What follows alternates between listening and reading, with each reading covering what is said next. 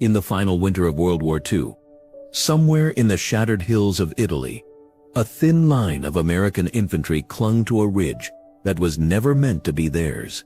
Snow lay in dirty patches along the rocks. The wind carried the smell of cordite and wet earth. Below them, in the valleys, German artillery coughed sporadically, throwing up fountains of mud and shrapnel. For most men in the 36th Infantry Division, this place was not a point on a map. It was simply the hill, the fragile edge between survival and obliteration.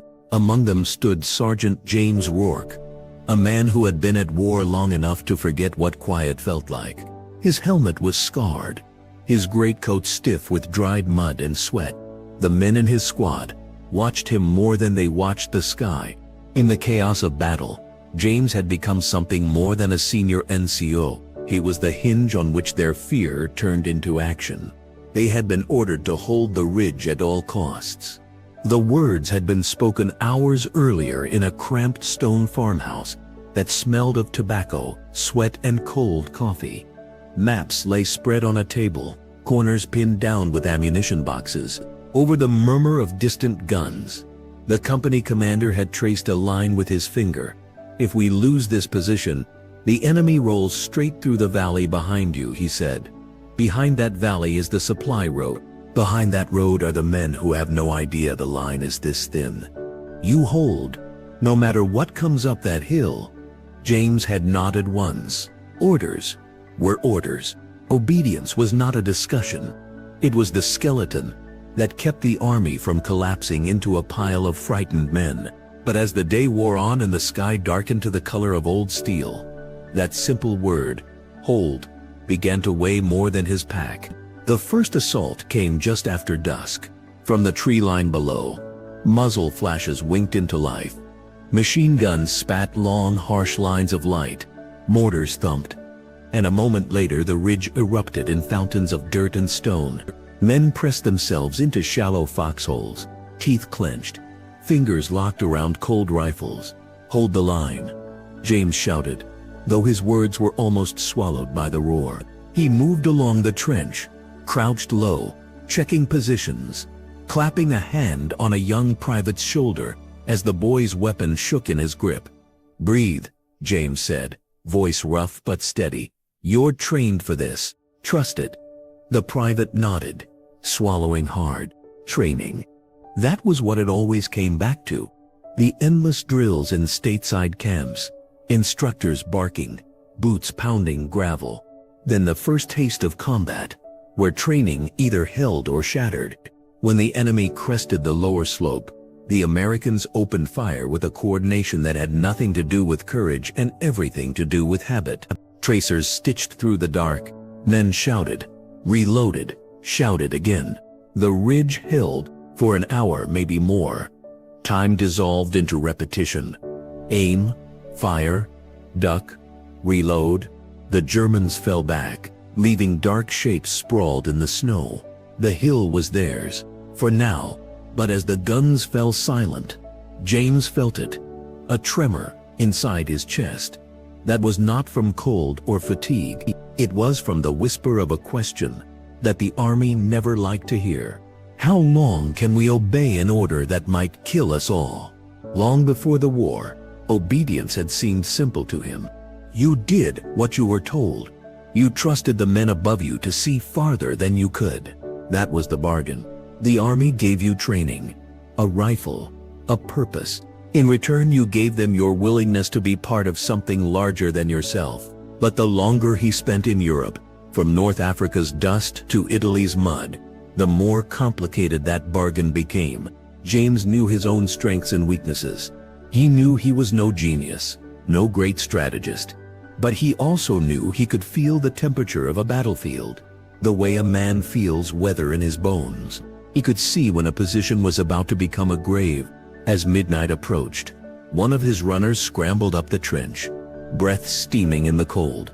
"Sergeant," the boy said, voice high with tension. "Patrol spotted movement on the left. Lots of movement. They're regrouping." Of course they were. The enemy obeyed orders too. James looked down the line. at the silhouettes of his men. Some were smoking in the brief lull, hands shaking too much to hide it. Others simply stared into the dark, lips moving soundlessly. Prayer or curse, it was hard to tell. They were tired, undersupplied, and out on a limb. The radio crackled in the command dugout. Snatches of words cut through the static, reinforcements delayed. Hold until dawn. Repeat, hold until dawn. James closed his eyes for a heartbeat. Dawn was hours away. Somewhere behind the front line, safe in a command post, dug into the hillside, men pushed colored pins into maps. They spoke of flanking maneuvers, artillery arcs, supply convoys. For them, obedience was a clean line in pencil. For James, it was the decision to keep these men on a ridge that now felt more like a sacrificial altar. This is obedience, he told himself. Not just following orders like a machine. Staying here, with them, sharing the risk, wearing the weight. He moved from foxhole to foxhole, repositioning a machine gun, checking ammunition, whispering brief reassurances that did not pretend things were better than they were. "Sergeant," murmured Corporal Lewis, his oldest friend in the squad. "If they come again with armor, I know," James cut in quietly. "But until someone higher up says otherwise, this is our hill." He didn't add the rest. "And if we leave it early, the men in that valley die instead." The second assault came after midnight, rolling up the hill like a storm. Mortars fell closer. The air screamed with shrapnel. A shell landed near the center of the line, throwing mud and men in every direction. For a moment, everything was confusion. Shouting, the metallic taste of blood and dirt, someone calling for a medic in a broken voice. In the hellish flare of a parachute flare, James saw a gap open up where the blast had torn the trench apart. If the enemy reached that breach, they would split the line and fold it in two. Orders said, "Hold the ridge." Training said, "Maintain the line." Instinct said, "Move now." He did not ask permission. "Lewis," he shouted over the noise, "with me."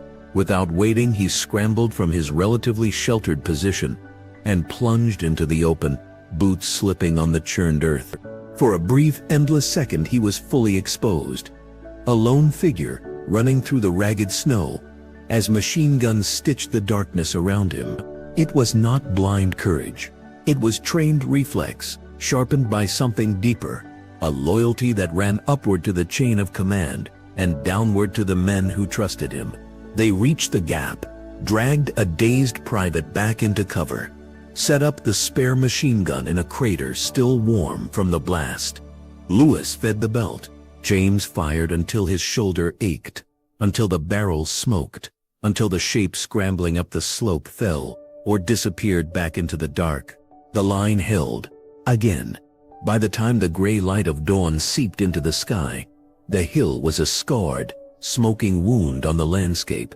The enemy had withdrawn for now. Bodies lay twisted in the snow, friend and foe alike. A medic's report would later say that the company had taken heavy casualties, but prevented a breakthrough. The official communique would speak of stubborn resistance and tenacious defense. Somewhere an officer would push a new pin onto a map and move on to the next crisis. For James, the night would never be reduced to a footnote. He sat on an ammunition crate near the trench, hands still trembling slightly. His helmet lay at his feet. Snowflakes melted on his hair. In his pocket was a folded scrap of paper, a letter he had never sent, written during a lull weeks ago. "Dear Ma," it began, "if you ever wonder why I do what I'm told out here." He had tried to explain it, even to himself, that obedience was not the opposite of thinking, that his discipline was not blind, that each time he heard an order, he weighed it against the lives in his charge, against the larger fight, against the quiet voice inside that sometimes whispered no. Most times he obeyed. Sometimes he obeyed in his own way, shifting a position, moving a gun, taking a risk that no one had explicitly ordered but everyone expected. That he was starting to understand was the real art of war. Napoleon's old line was sometimes repeated in the mess tent with bitter humor. The art of war is simple. Find the enemy, strike hard, keep moving. But out here, James knew there was nothing simple about it. The maps did not show doubt. The orders did not carry the weight of the faces that had to execute them.